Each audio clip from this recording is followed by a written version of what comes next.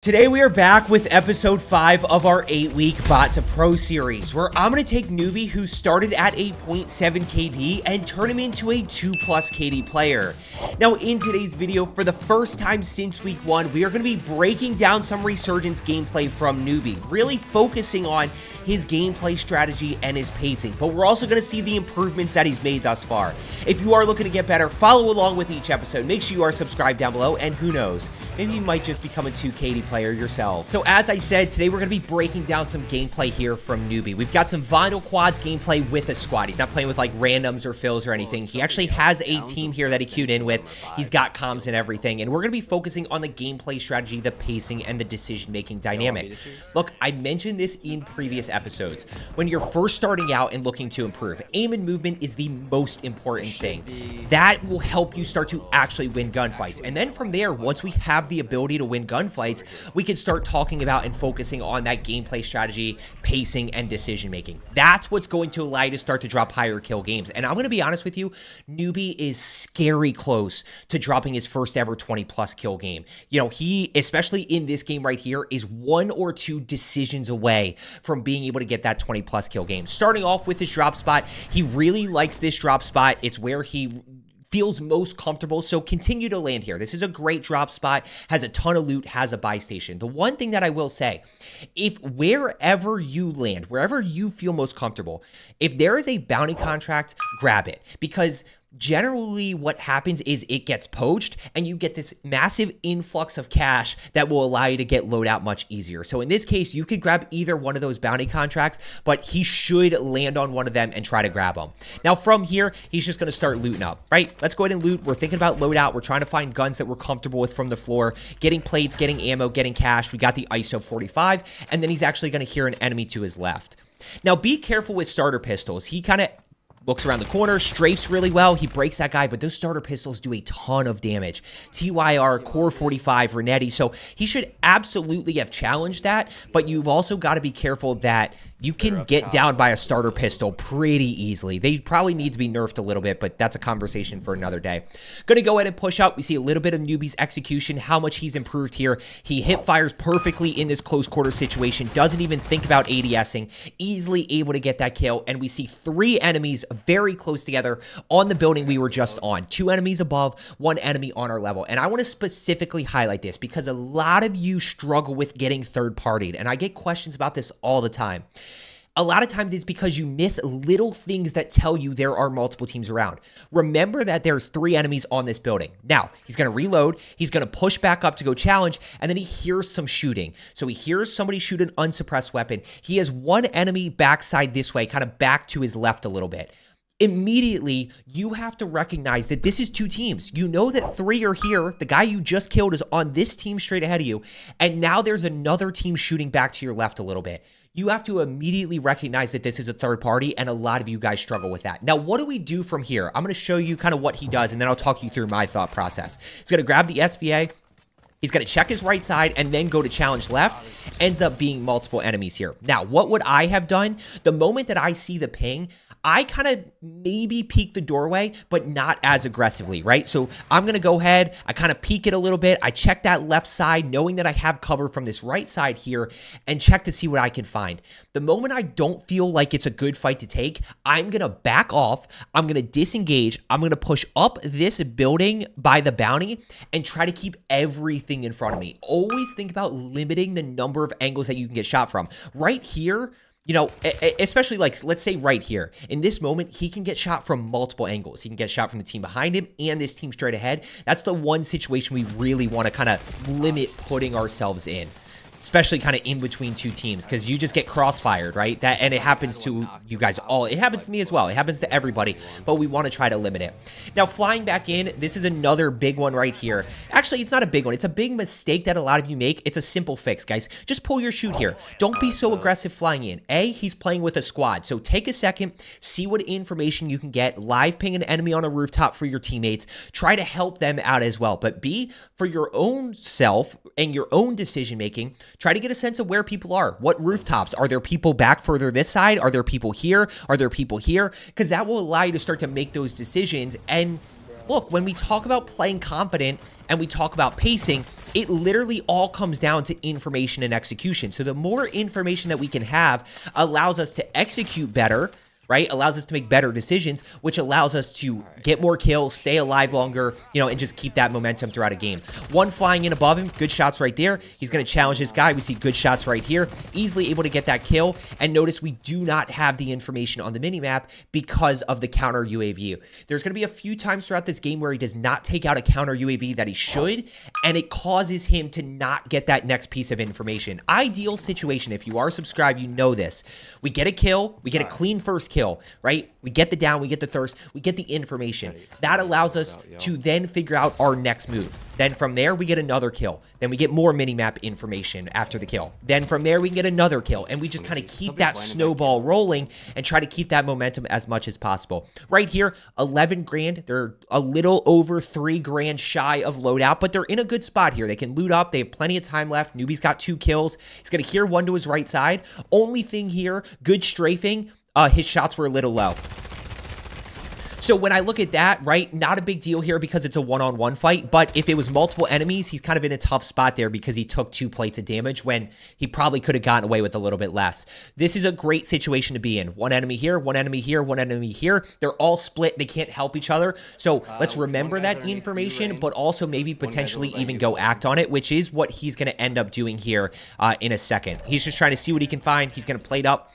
We've got 11-8, so, you know, not quite able to get loadout yet. And one thing I do want to talk about kind of is that decision-making when it comes to cash flow, right? What decision do we want to make? He's going to go ahead, push up top here. And when we talk about dropping a 20-kill game, again, if you are subscribed, this is like, I think I mentioned this just about every single video. The pacing for a 20-kill game is very simple. 4 kills in the first circle, really good shots right here. 4 kills in the first circle, 4 in the second, 6 kills in the third circle, which is the #1 area that a lot of you struggle when it comes to pacing, and 6 kills in endgame. Right here, Newbie has his 4. He's got 1:50 left in this first circle, so now we're going to start to build on this as much as possible. The more we build on it and get ahead, the more kind of a safety net we build for ourselves if we do end up dying and having to regame. 1 enemy down below by the ammo crate and 1 enemy on his level to the left side. So he's going to work his way across.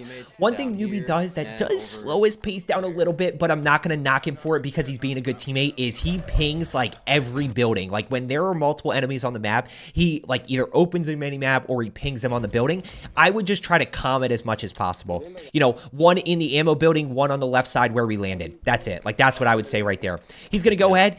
He remembers the information that there's one in here, so good decision to push over, plays positioning, just really good shots right there. That's one where in episode 1 here, when we looked at Newbie's gameplay, he doesn't get that down, and this fight becomes a whole lot tougher. Now he gets the down, he can push over and get the thirst, gets distracted by that guy, and then he's going to end up getting shot in the back. What would I have done differently here? I would have pushed for the thirst.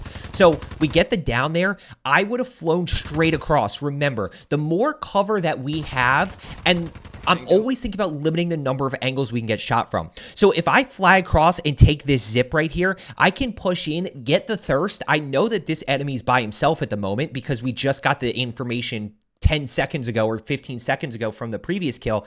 So I take the zip, push in, get the thirst, at which point I get the next piece of information and can push from there. He just gets caught in a little bit of an unfortunate spot. I don't even think he necessarily... This guy did not ping on this level, but you got to think that they're going to rotate that way.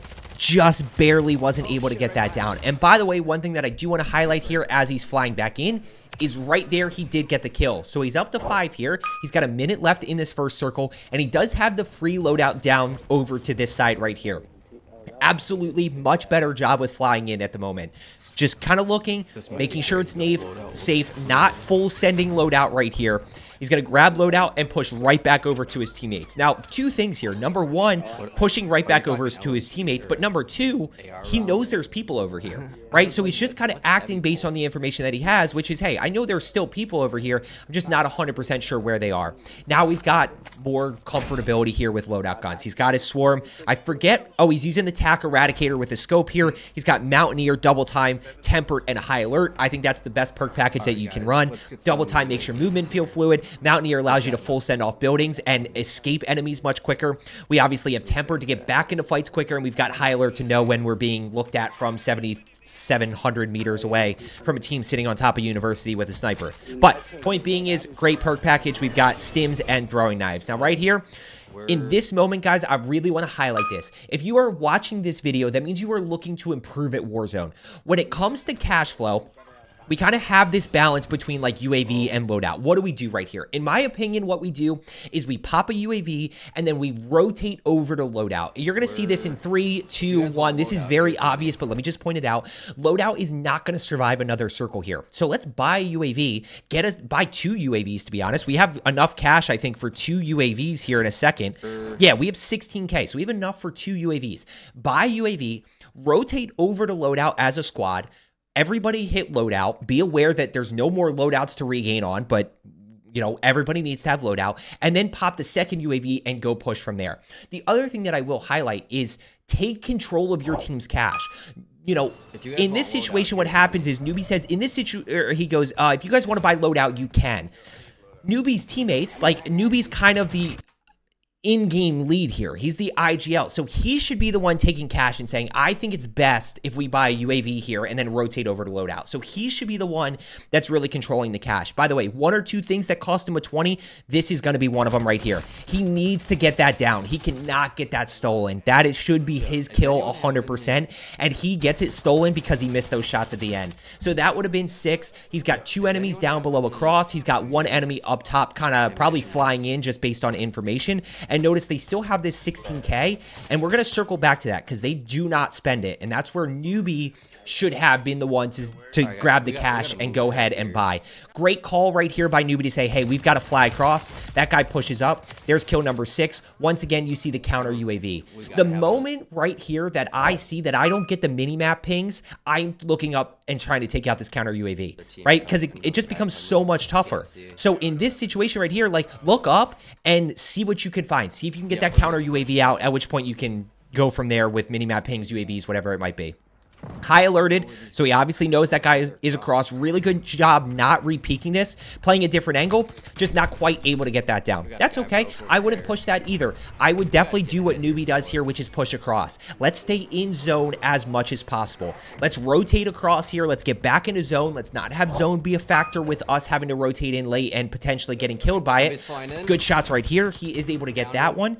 He even looked at it. He looked at it. Like, he looked directly at it, and then he, like, didn't shoot it down. And here's where this gets tougher, because what ends up happening here is he's going to get the car. Good awareness there because he heard it. But now, like, he doesn't get these mini-map pings right there, which would have been... Actually, he does, because the counter UAV is out. Point being is, take out counter UAVs as soon as possible, guys, because of how important the mini-map is in Resurgence. Teammate flying in. 4 kills in the first circle, 4 kills in the second circle, guys. He is at 8 kills. He's on 20 pace here, and second circle has not even started closing yet. He is in a great position right here. And by the way, let me just quickly address this. When I say pay attention to your pacing, pay attention to 4 in the first, 4 in the second, 6 in the third, 6 in endgame. Don't obsess over it. Newbie in this moment should not be like, oh my gosh, I have 8 kills already. Like, I need to keep pushing. It's like, no, just be aware of it. Just be aware. Just, you're on good pace. Just keep playing smart. Get UAVs. Nothing changes. Keep acting based on information. Keep challenging with momentum. Keep executing well. Keep using your movement. Do all the same things that you've been doing. There's kill number 9 right there. Obviously, team shot it, but he got the kill. Now, what do we do from here? We got the swarm. We're in a good position. People up top, 1 flying in. Let's go ahead and find our, find that next enemy. When in doubt, guys, if you're unsure about where to go, like in this situation, just push to high ground. Get some high ground. Rotate building to building. Eventually, you're going to find somebody flying in. You're going to hear shooting. You're going to see somebody. You're going to get some piece of information that you can act on. Straight across. Good shots right here. Good shots right there. Able to get that down. Has to be careful here because he doesn't know where exactly anybody is. Semtex, 1 straight across, and he's able to get inside.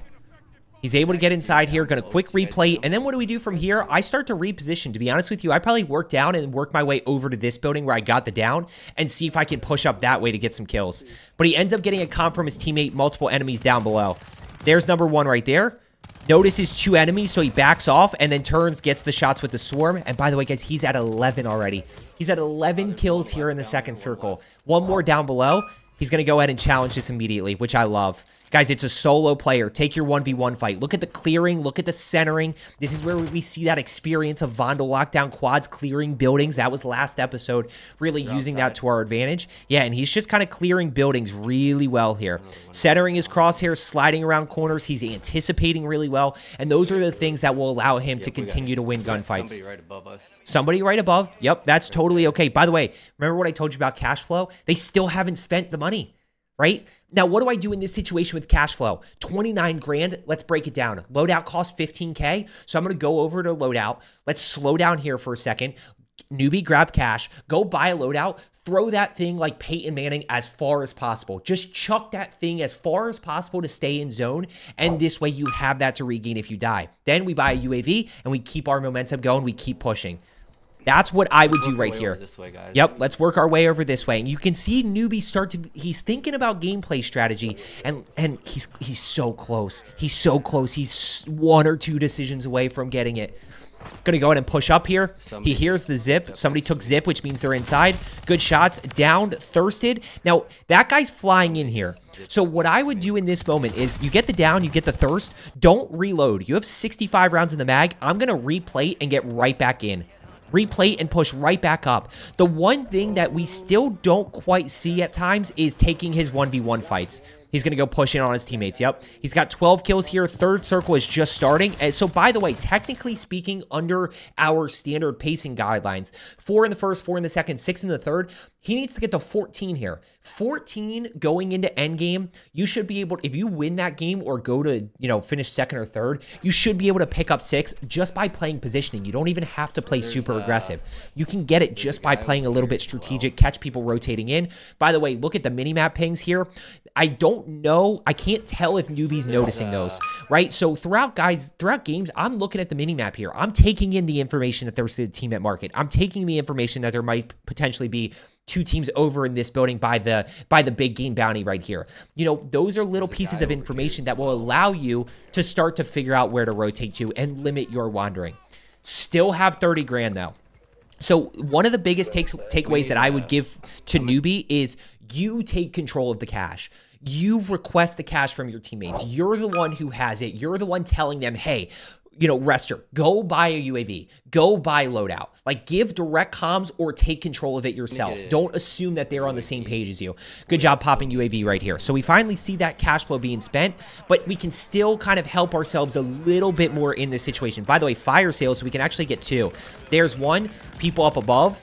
Yeah, his teammates are flying that way. 1 flying in that way above. Guys, we got to get ahead.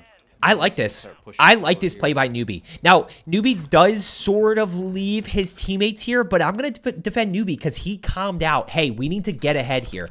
Look at your circle right here. In this situation, your circle is cutting off, not in a building. So if you wait to rotate with the edge of gas and rotate and sneak into circle, you're going to be out in the open here. 13 kills, bunch of people over to his left side. Now, he probably could still play this a little bit aggressive. This is the aggressive play that I like. Understand that when I say play aggressive, that means put ourselves in the action. You can play aggressive and play positioning simply by being in the action. He's aggressive right here. He's in the action, but he's going to play his positioning. Can't quite get the down, can't quite get the down. Thankfully, we got the freaking massive mag of the TAC Eradicator. Good shots right there. Now, we know that there's 3 enemies across. Okay? I would pop UAV here. They throw the smoke. He's going to check this, kind of see what he can find here. Enemy dropping in, and then he gets fried. And then what ends up happening here as we push this forward, and I want to explain the mistake that he made here. He made 1 mistake here. I'm just speeding this up a little bit. Yeah, this guy pushed up. This guy pushed across, and it ended up full killing him. So here's his 1 mistake. Number 1, actually makes a few here.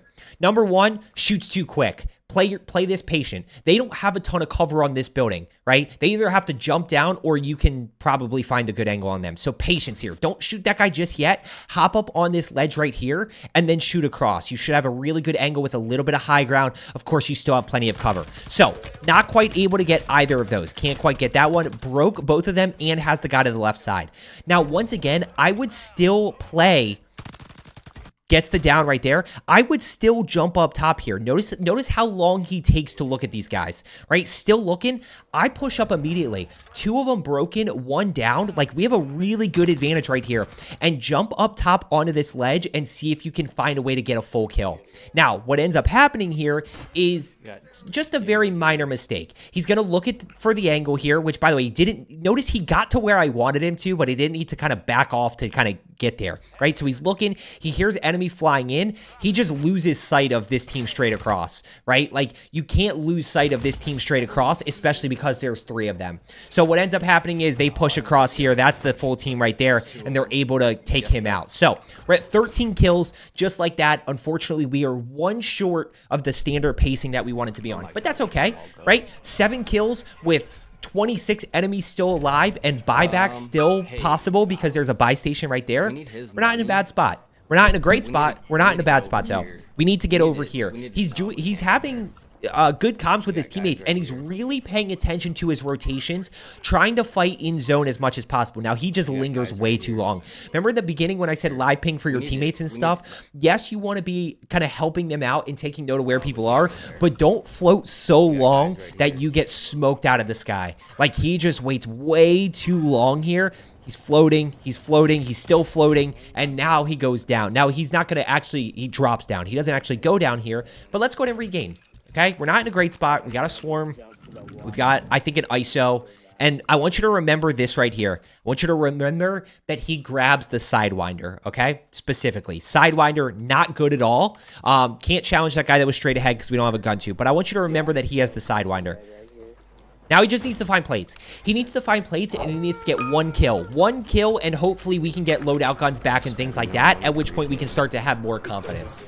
He's full plates, he's got a self, and look what he gives up, right? So I think he kind of forgot that he had the Sidewinder. The Swarm here, great option. I would swap the Sidewinder for this RPK. At the end of the day, it's better than the Sidewinder, right? So he's looking for other guns. He's got the Rival 9. I'd swap the Sidewinder for the Rival 9. One of those 2 guns I would grab. I would not grab the Cat AMR over the Sidewinder, but I would grab one of those 2 guns that was back there. He kind of goes back and he thinks about it, but I think he forgot that he actually had the Sidewinder as his other gun. Yep, straight down this way. Multiple enemies. Good job playing positioning. We're not going to be over-aggressive here because we don't know what we're pushing into. Broken, swaps to the Sidewinder here, does get the down, but hey, you know what? It's not a gun that I want to consistently challenge with. So now we kind of want to go get those thirsts. I would use the Semtex here, guys. Make sure you're using lethals and tacticals. He does have these guns. I don't know what guns those are right there, but I definitely would have just checked it real quick. ISO 45 and the MCW semi. Yeah, I would have, I definitely probably would have tried to, which he did, but then he catches these enemies straight ahead of him. Yep, got it back out here. And he makes one simple mistake here. He doesn't die, but he does make a mistake. And I want to talk about this, guys. It's all about lines of sight. So immediately start sprinting while plating, which he does, right? He goes to put plates in. I would shimmy and get to this car, okay? So shimmy, run back and forth, zigzag a little bit, get behind this car, at which point you're in a pretty good spot. Watch what he does here. He rotates this way, which keeps him completely out in the open. Now, what do we have to do? Wait, he did not get that kill for, he did not get kill number 14 there, which is unfortunate. He's going to shimmy right here, right? So instead of shimmying, instead of pushing out into the open and then shimmying, just plate up and shimmy and get behind the car. How many times could I say shimmy in one 30-second little clip? 13 kills, 8 other teams, still plenty of people here. And there's still buybacks possible. One right in front of him. I mean, that guy's just sitting in the corner here. And what do you know? What does he have? He's got some loadout guns. Now, he has an MCPR, and he's got a Lockman sub. So, like, not the best options here, but it's at least loadout guns, and we at least have something. I would swap the MCPR, though. I would not grab the MCPR. I would look to swap this thing immediately. And by the way, if we had the RPK from earlier, we could probably keep the RPK. Yep, Bruin MK9. Good. And he specifically said, I need something better. Notice right here, guys, that it's just him and his one teammate who's stuck outside of zone here straight across. He is going to end up going down. We've got 14 kills, 15 other enemies still alive. Still buybacks possible here. We're still in a pretty good spot here to drop a 20-plus kill game. Now, in this moment right here, guys, when we start to get to this 4th, 5th, 6th, 7th circle, if you are subscribed, you know this, and if you made it this far, I appreciate it. In circle with cover, then power position. Where is that on this mini map? It is right up top here. So he ends up playing low. Like, he's just going to stay low. I would immediately push up top. Let's get to that rooftop. It's going to give us high ground, at which point we can do things like third party. We can, yeah, one guy right there. We can easily third party enemies from a distance with the Bruin MK9. They're fighting. We put 2 bullets into somebody and we get that down, right? And then somebody else gets the kill confirmed for us. Those are the things that happen. We could potentially catch people rotating in. Those are the things that can happen when we have power position in high ground. But right here, he's limited by what he can see. He can't see into stadium, right? He can see outside of stadium. If he was high ground right here, he would have a much better angle to see inside of stadium. He can't see on the other side of the water. He's limited right here by what he can see because he has low ground. And one thing I'll add, guys, I'm not saying to full send the rooftop. I'm not saying to go up here and just full send it and be like, this is my, like, if a team is up there, you can't grab it. But he never checks it. That's the biggest thing. Comms. Yep. Ask teammates for comms, which is good. Put Claymore down to cover that door. Knows that people are rotating in here, right? People got to be rotating in. They were over to his left side here. They've got to be somewhere here. They've got to be floating around. Still, by the way, still people left here. Still 9 other enemies. We need 6 kills. So a little bit tougher here. And keep in mind that he kind of missed on 1 or 2 kills throughout this game that he probably should have had, which would have put him at 16 and he needed 4. Like I 1 or 2 decisions, 1 or 2 moments, and he's at that 20. It's literally going to happen any game for him now. Back behind him. Good job pushing up. Easily able to get that kill right there with a little bit of strafing. And now we're at 15 with, what, 15 with 8 other people alive here. And there are going to be some buybacks. So just like that, guys, with buybacks endgame, he just went, now he has 15. There's 10 other enemies alive, okay? He's going to push around this way, try to see what he can find. Unfortunately, just loses the gunfight for 2 reasons. Number 1, just did not quite hit the high damage area that he needed. And number 2, guys, I'll show you the kill cam. I'll show you the kill cam right here. By the way, he did get another kill, I'm pretty sure. I think he finished with 16 there. I heard the kill thing. If you notice right here, guys, that guy just has a WSP Swarm, which statistically just kills faster than the Lockman sub. Do I think at the end of the day, he gets the 20 if he pushes up to high ground? I do. I think he's in a good spot too. I don't know if there's going to be another team up there on the rooftop that challenges him or anything like that, but I think if he pushes up to the rooftop, he's got a really good shot to do it. So I hope you found today's video helpful. As I always say, let's get better today, and I will see you tomorrow.